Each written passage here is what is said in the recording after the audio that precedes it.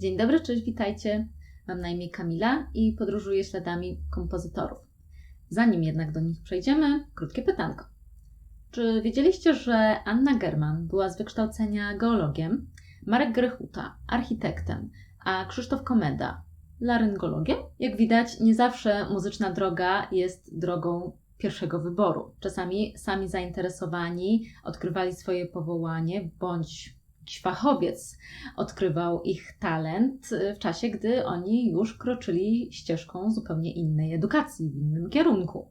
A czasami zdarzało się też i tak, że po prostu te marzenia już z dzieciństwa o muzycznej karierze nie spotykały się ze zrozumieniem ze strony bliskich, ze strony rodziny, którzy nie chcieli w ogóle do siebie dopuścić myśli, że mogą mieć właśnie w swojej rodzinie jakiegoś artystę. Cóż to za zawód, artysta? Mam dla Was 5 przykładów historii znanych muzyków, których muzyczna droga była nieoczywista i kręta. No to zaczynamy.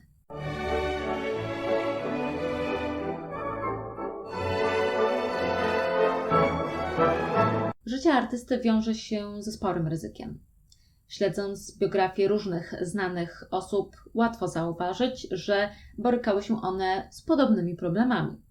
Z brakiem akceptacji ze strony bliskich, z brakiem akceptacji ze strony środowiska, społeczeństwa, może konkretnej klasy społecznej, z brakiem zrozumienia wśród odbiorców.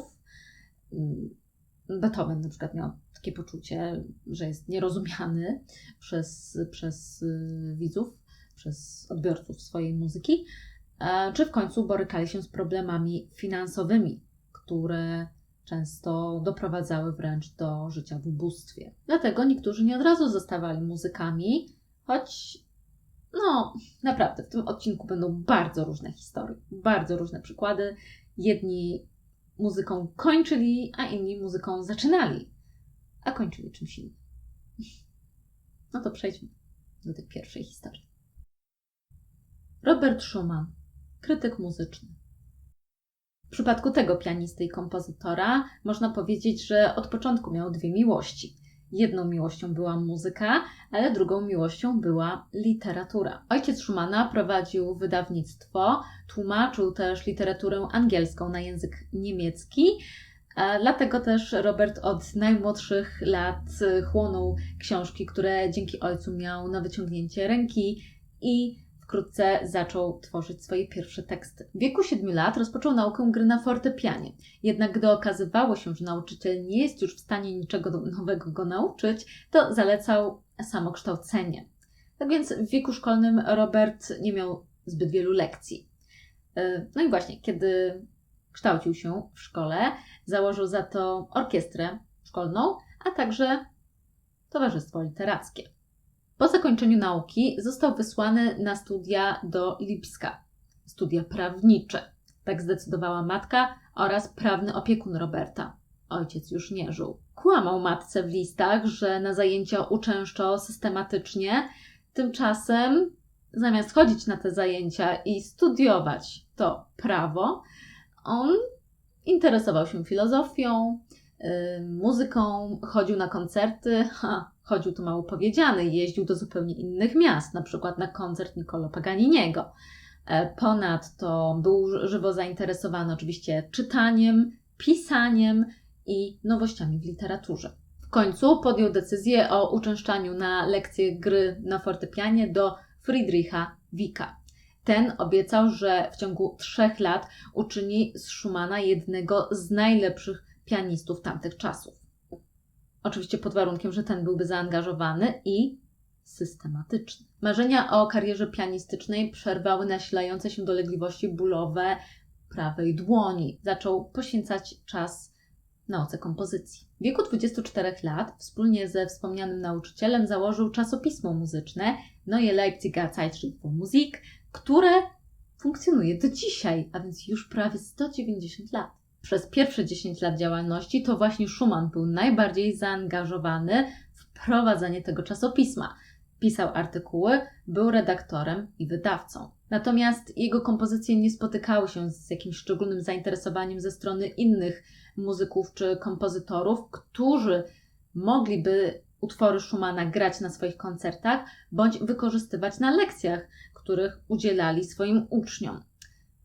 Nawet jego własna żona Klara niechętnie grywała jego utwory na swoich koncertach. Choć dzisiaj Schumann jest zaliczany do grona najwybitniejszych kompozytorów epoki romantyzmu, to więcej zdziałał, może odniósł większy sukces, bądź po prostu bardziej zasłynął, bardziej dał się zapamiętać, jako człowiek, jednak zajmujący się muzyką nie w sensie jej tworzenia, a w sensie jej, oceniania, krytykowania, analizowania. Bo to przecież właśnie Schumann ogłosił geniuszem Chopina, Brahmsa, czy też odkrył nieznaną wcześniej Wielką Symfonię C-dur Schuberta.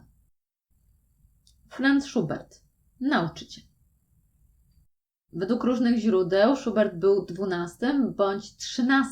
dzieckiem swojego ojca, nauczyciela i dyrektora szkoły. Chłopiec już w wieku 5 lat pobierał u niego naukę gry na skrzypcach, wkrótce zaczął uczyć się gry na organach oraz śpiewać w znanym wiedeńskim chórze Wiener Hofmusikkapelle. Z czasem jego edukacja muzyczna wkraczała na kolejne wyższe poziomy.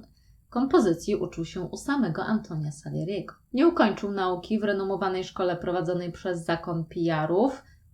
Uciekł z tej szkoły i wstąpił do kolegium nauczycielskiego. Ku uciesze swojego ojca, u którego później pracował. Ponadto kariera pedagogiczna uchroniła Schuberta przed odbyciem obowiązkowej służby wojskowej, która mogłaby trwać ponad 10 lat. Równolegle poświęcał czas na komponowanie i torowanie swojej kariery muzycznej. Niektórzy biografowie Schuberta uważają, że to właśnie ten okres był najproduktywniejszym w całej jego twórczości.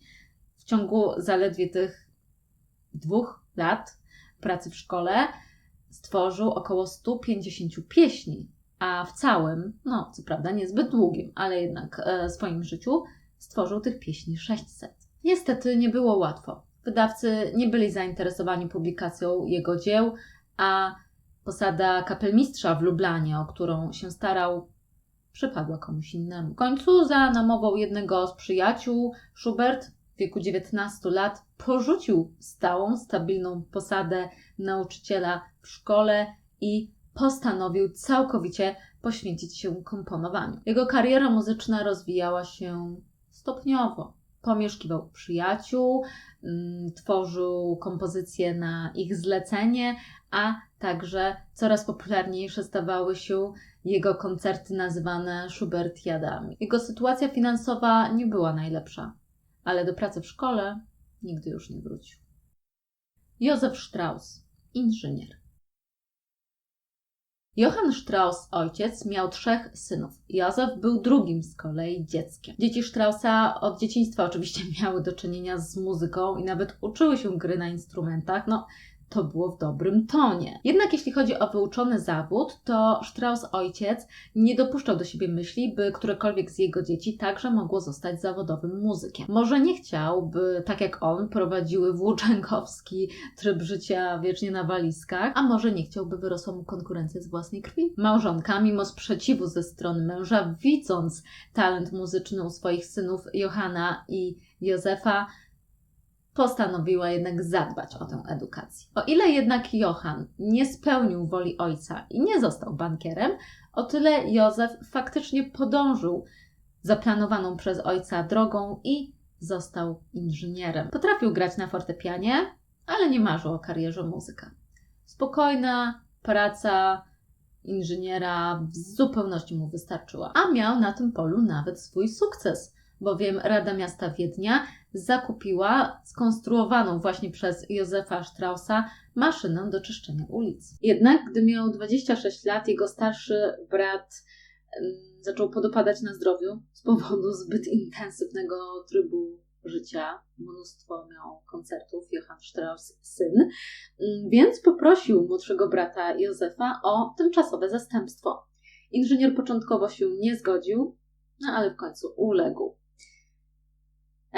Przyuczony na szybko do gry na skrzypcach i kierowania zespołem muzycznym, na tyle dobrze sobie poradził, że do deski kreślarskiej nigdy już nie wrócił. W ciągu następnych 17 lat koncertował z orkiestrą straussowską nie tylko w Wiedniu, ale także poza granicami Cesarstwa Habsburgów, na przykład w Warszawie. Także komponował. Jeżeli oglądacie koncert noworoczny z Wiednia 1 stycznia, to bardzo często w repertuarze tego koncertu znajduje się co najmniej jeden utwór właśnie autorstwa Józefa. A Johann Strauss syn powiedział kiedyś, że z nich 3 braci to właśnie Józef był najbardziej utalentowany. Mikołaj Rimski-Korsakow, marynarz. Kraczamy na nieznane wody. Fakt, o rosyjskich kompozytorach jeszcze na moim kanale nie było, więc czas najwyższy. Nadarzyła się okazja, postanowiłam skorzystać. Jeżeli to nazwisko nic Wam nie mówi, to posłuchajcie tego.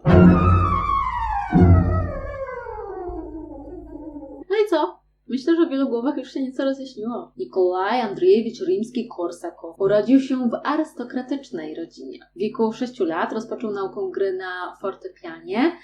Interesował się rosyjską muzyką ludową oraz cerkiewną.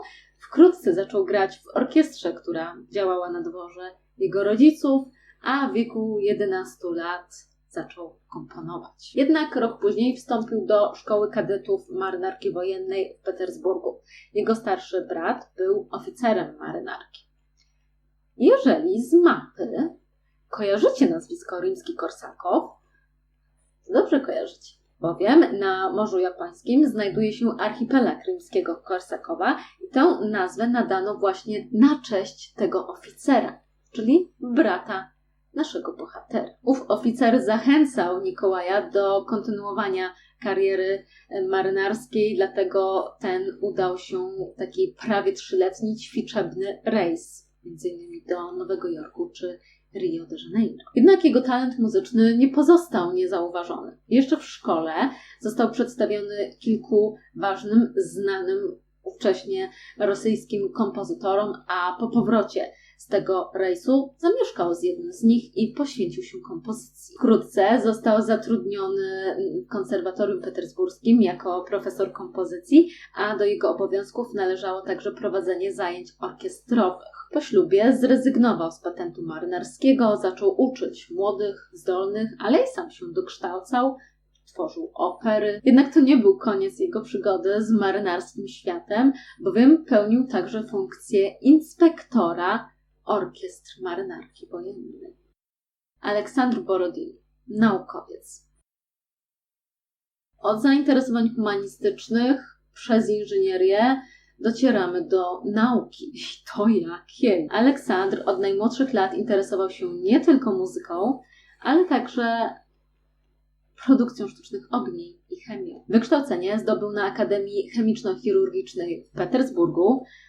Pracował w szpitalu wojskowym jako chirurg, a następnie wyjechał do Europy Zachodniej kontynuować kształcenie się w dziedzinie chemii. W Heidelbergu poznał swoją przyszłą żonę, pianistkę, która zapoznała go z twórczością Chopina, Mendelssohna, wspominanego już przeze mnie dzisiaj Schumana i ona stała się inspiracją do komponowania przez Borodina. Jednak w przypadku tego bohatera muzyka była jedynie dodatkiem do jego życia. Poświęcał jej czas wolny i nie próbował uczynić z niej swojego głównego zajęcia. Wyobraźcie sobie, że ten człowiek napisał doktorat o analogii między arszenikiem a kwasem fosforowym, przeprowadził reakcję bromodekarboksylacji i funkcjonuje ona w świecie chemicznym jako reakcja Dickera, bądź też reakcja Borodina, bądź też z obydwoma tymi nazwiskami. No i także prowadził zajęcia medyczne dla kobiet, a więc miał czynny udział w postępie nauce, postępie w zasadzie dostępności tej nauki dla wszystkich. Franciszek Liszt rozsławił jego dzieła w Europie Zachodniej i ponoć Borodin ubolewał że właśnie w świecie znany on jest jako muzyk i kompozytor, choć wcale nie stworzył zbyt wiele, a nie jako uczony. To było dla niego o wiele ważniejsze, by właśnie zapamiętano go jako lekarza i chemika. No dobra, ale podejrzewam, że cały czas nie macie pojęcia, dlaczego ja w ogóle mówię o tym człowieku, skoro niewiele skomponował, niewiele stworzył, działał w nauce i to było dla niego wiodącym zajęciem i w ogóle nic wam nie przychodzi do głowy, co on mógł stworzyć.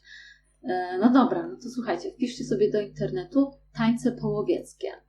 One pochodzą z opery Kniaź Igor. Sam początek tych tańców wystarczy, pierwsza minuta bodajże. Być może już wam coś zaświta, ale podejrzewam, że wcale nie z tego właśnie oryginalnego wykonania, wcale nie usłyszeliście kiedyś tych tańców, tylko mogliście usłyszeć pewną piosenkę, bodajże chyba sprzed 15 lat, która właśnie bazowała na tym początkowym motywie tańców połowieckich. Dajcie znać w komentarzach, czy coś was zaskoczyło w tych przytoczonych przeze mnie historiach. Jeżeli wam się podobało, dajcie kciuk w górę, zasubskrybujcie kanał, jeżeli uważacie, że warto, że znajdujecie tutaj jakieś ciekawe treści. No i oczywiście zachęcam, żebyście podzielili się tym odcinkiem bądź jakimś innym z mojego kanału na swoich social mediach, czy może podeślijcie komuś znajomemu, będzie miał radochę, żeby mógł sobie o czymś posłuchać i popatrzeć. A kolejny odcinek na kanale pojawi się za 2 tygodnie. Do zobaczenia!